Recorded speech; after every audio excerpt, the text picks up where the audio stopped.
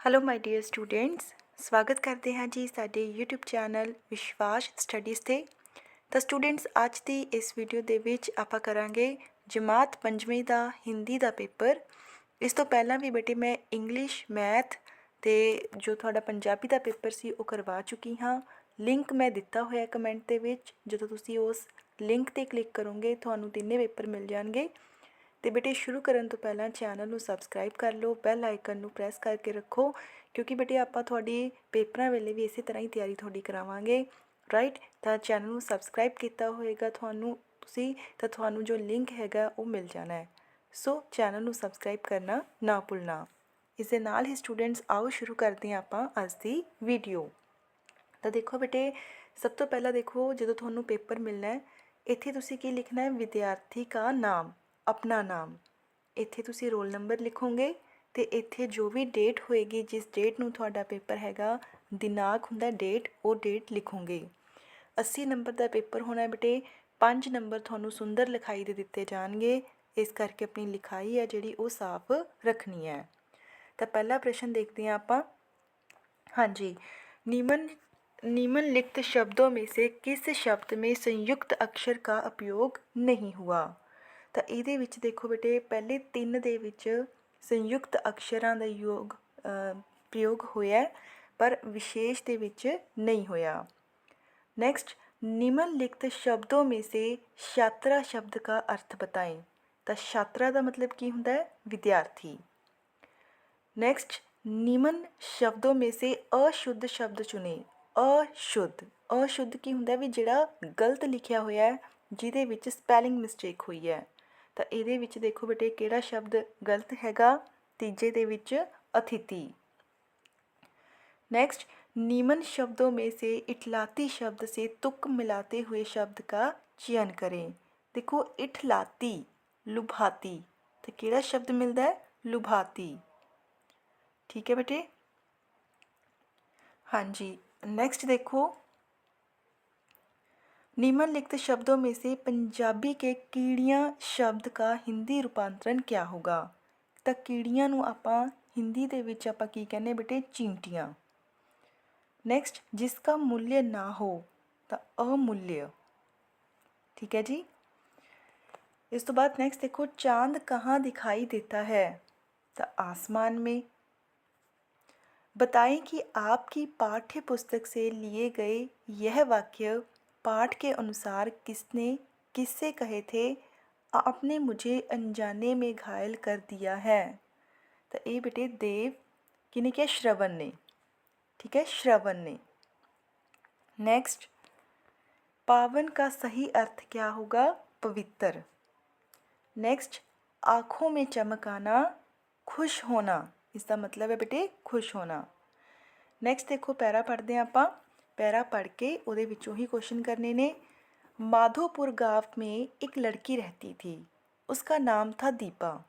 वह 12 साल की थी। उसके पिताजी शहर में नौकरी करते थे, माँ घर में बीमार रहती थी, इसलिए दीपा को पढ़ाई के साथ साथ घर का कामकाज भी करना पड़ता था। वह बहुत बहादुर और होशियार लड़की थी। उसके घर के पास एक नदी बहती थी। वह नदी के किनारे कपड़े धोने जाती थी। उसे नदी में नहाना व तैरना बहुत अच्छा लगता था। तो ये सी बेटे पैरा दीपा दे बारे। पहला प्रश्न, दीपा नदी के किनारे क्या करने जाती थी? तो देखो बेटे की करती सीगी वो?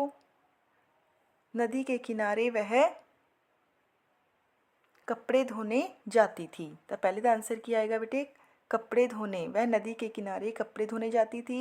उसे नदी में नहाना व तैरना बहुत अच्छा लगता था। तो देखो बेटे हुण इहदे विचों काम करन दे लई, क्योंकि मेन वो की सी कपड़े धोन जाती सी, तो आंसर हैगा काम करने। ठीक है जी। नेक्स्ट हैगा, बहादुर शब्द से आप क्या समझते हैं? बहादुर का मतलब होंदा बेटे साहसी। दीपा के गांव का क्या नाम था? माधोपुर। आ देखो फर्स्ट लाइन दे विच ही दस्सिया होया कि माधोपुर गांव में एक लड़की रहती थी। तो गांव का नाम की है? माधोपुर। नेक्स्ट है, दीपा को घर का काम क्यों करना पड़ता था? क्योंकि उसकी माँ बीमार रहती थी। नेक्स्ट, बीमार शब्द का विलोम अर्थक शब्द। देखो विलोम अर्थक शब्द ਕੀ ਹੁੰਦਾ ਬੇਟੇ, ਵਿਪਰੀਤ ਸ਼ਬਦ ਹੁੰਦੇ ਨੇ ਜਿਹੜੇ ਪੰਜਾਬੀ ਦੇ ਵਿੱਚ, ਜਿਵੇਂ ਬਿਮਾਰ ਦਾ ਕੀ ਆਏਗਾ, ਸਵਸਥਯ। ਨੈਕਸਟ ਦੇਖੋ ਇਸ ਪਿਕਚਰ ਦੇ ਵਿੱਚ ਆਪਾਂ ਦੇਖ ਰਹੇ ਹਾਂ ਕਿ ਇੱਕ ਬॉय ਤੇ ਇੱਕ गर्ल है ਜਿਹੜੇ ਉਹ ਨਦੀ ਦੇ ਵਿੱਚ ਨਹਾ ਰਹੇ ਨੇ। हमें नदी में क्या नहीं करना चाहिए जो जल प्रदूषण को बढ़ाता है। तो देखो नदी के किनारे पेड़ लगाने चाहिए, नदी में कचरा डालना चाहिए, मछलियों को छोड़ना, पानी का उपयोग करना। तो ये है कि ਆਪਾਂ ਨੂੰ नदी, सेकंड ऑप्शन आएगी बेटे कि नदी में कचरा नहीं डालना चाहिए। ठीक है जी। नेक्स्ट, बच्चे कहाँ दिखाई दे रहे हैं, नदी में। गीला शब्द का विलोम, विलोम की हुंदा है विपरीत शब्द, विलोम शब्द क्या होगा, सूखा। चित्र में कितने बच्चे दिखाई दे रहे हैं, एक बालक और एक बालिका।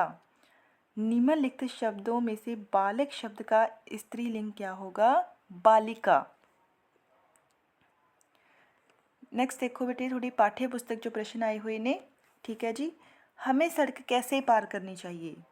तो देखो जो भी आप बच्चों सड़क पार करते हैं आप दोनों तरफ देखते हैं, हमें सड़क के दोनों ओर दाईं और बाईं तरफ देखकर ही सड़क पार करनी चाहिए। सिद्धार्थ ने हंस की क्या सहायता की। सिद्धार्थ ने हंस को उठाया, उसके पट्टी बांध दी। श्रवण ने राजा दशरथ से क्या कहा। श्रवण ने कहा कि मेरे माता पिता मेरा इंतज़ार कर रहे हैं, वे प्यासे हैं, उनको पानी पिला देना। पंजाबी शत्रु का सामना किस प्रकार करते हैं। पंजाबी शत्रु का सामना साहस और वीरता से करते हैं। गुरुजी ने गांव वालों को उजड़ने का श्राप क्यों दिया। क्योंकि बेटा ताकि वह दूसरे गांव में जाकर लोगों की भलाई कर सकें।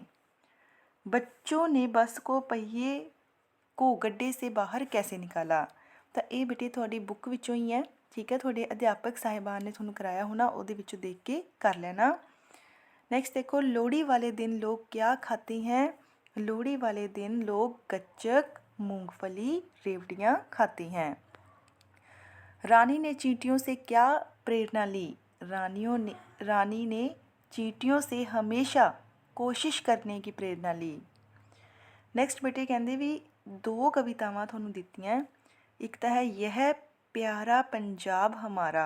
ठीक है, या तो तुसी इन्हां दियां 4 लाइनां लिखनियां या अगर ना होते बादल नभ में। तो बेटे ये वाली पोइम मैं तुहानू करवा दिन्नी है, ये तुसी बुक चों आप कर लेनी है, 4 नंबर दी आएगी। तो देखो पहला तुसी लिखोगे अगर ना होते बादल नभ में इंद्रधनुष, इत्थे आएगा इंद्रधनुष। इंद्रधनुष की हुंदा बेटे रेनबो। ठीक है, अगर ना होते बादल नभ में इंद्रधनुष रच पाता कौन। अगर ना होते हम तो बोलो यह प्रश्न उठाता कौन। नेक्स्ट देखो खाली स्थान। गुरु जी ने मानवता के डैश के लिए अनेक यात्राएं की, कल्याण के लिए। जज ने चोर को डैश दी, सजा।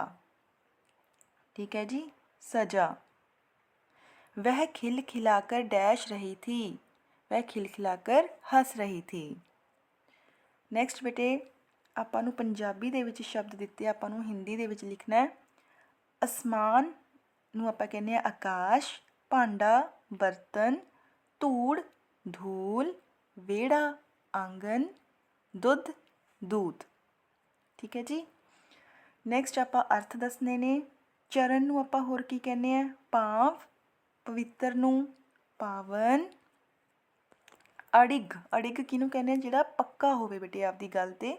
क्षमा माफ़ी। प्रतियोगिता हुंदा है कॉम्पीटिशन, जिन्हों आपां प्रतिस्पर्धा भी बोलते हैं। नैक्सट देखो 2 शब्द दिते बेटे अंक। देखो एक अंक हुंदा है जिहड़े अपने पेपरां दे विच बेटे नंबर आउंदे ने। ठीक है, तो इहदा वाक बनेगा राम के पेपरों में अच्छे अंक आए हैं। नेक्स्ट अंक हुंदा बेटे गोद, गोदी। ठीक है, शाम अपनी माँ के अंक में बैठ गया। नेक्स्ट है बेटे जग। जग एक तो भांडा हुंदा जग, जग में पानी कम था। एक हुंदा जग मतलब संसार, ये दुनिया। इस जग में बहुत सारे जीव रहते हैं। हाँ जी, ਨੈਕਸਟ ਦੇਖੋ ਬੇਟੇ, ਆਪਾਂ ਬਣਾਉਣੇ ਸੀਗੇ ਵਰਡਸ, ਇਹਨਾਂ ਨੇ ਆਪਾਂ ਨੂੰ ਅੱਖਰ ਦਿੱਤੇ ਸੀ। ਇਹਦਾ ਆਪਾਂ ਬਣਾਇਆ ਰਿਸ਼ੀ ਅਤੇ ਇਹਦਾ ਬਣਾਇਆ ਸ਼ਰਾਪ। ਨੈਕਸਟ ਚਿੱਤਰ ਨੂੰ ਤੁਸੀਂ ਧਿਆਨ ਨਾਲ ਦੇਖਣਾ ਹੈ, ਠੀਕ ਹੈ। ਦੇਖੋ ਇੱਥੇ ਇਹ ਬੱਚਾ ਜਿਹੜਾ ਹੈਗਾ ਆਪਣੀ ਦਾਦੀ ਜੀ ਦੇ ਪੈਰੀ ਹੱਥ ਲਾ ਰਿਹਾ ਹੈ। ਇਹ ਬੱਚਾ ਰੋ ਰਿਹਾ ਹੈਗਾ, ਇਹ ਗੱਲ ਕਰ ਰਹੇ ਨੇ ਅਤੇ ਇਹ ਡਾਂਸ ਕਰ ਰਹੇ ਨੇ। ਤਾਂ ਆਪਾਂ ਦੇਖਦੇ ਹਾਂ ਹੁਣ। ऊंची आवाज में डैश कर बोलना। ऊंची आवाज में पहले तो आएगा चिल्लाकर बोलना। डैश आदत है, बुरी आदत है। हमें आपस में मिलजुल कर रहना चाहिए। अपनी अपनी बात आदर से कहने वाले बच्चे किसी को अपनी बात चौथा आएगा अपनी बात रोकर कहने वाले बच्चे किसी को नहीं भाते। हमें बड़ों का आदर करना चाहिए। तो पहले तो आएगा बेटे चिल्ला, ठीक है जी। दूसरा है बुरी, तीसरा है मिलजुल कर, इत्थे आएगा रोकर, तो इत्थे आएगा आदर, ठीक है। तो ये सी बेटे थोड़ा हिंदी का पेपर, ठीक है जी। उम्मीद करते हैं आज की वीडियो थानू वधिया लगी होनी। जेकर वीडियो वधिया लगी, वीडियो नू लाइक ज़रूर करया करो बच्चों, तां जो एक मोटिवेशन मिलती रहे। तो नाल ही बेटे चैनल नू सबसक्राइब कर लेना। एक ही पेपर रह गया थोड़ा हुण EVS का, वो आपां कल अपडेट कर देवांगे। इस तो बाद भी बेटे जो थोड़े पेपर स्टार्ट हो गए, आपां होर थानू सैंपल पेपर सॉल्व करावांगे, तां जो तुहाडी तैयारी दे विच किसी तरह की कोई कमी ना रहे। तां इस वीडियो दे विच इन्ना ही। शुक्रिया।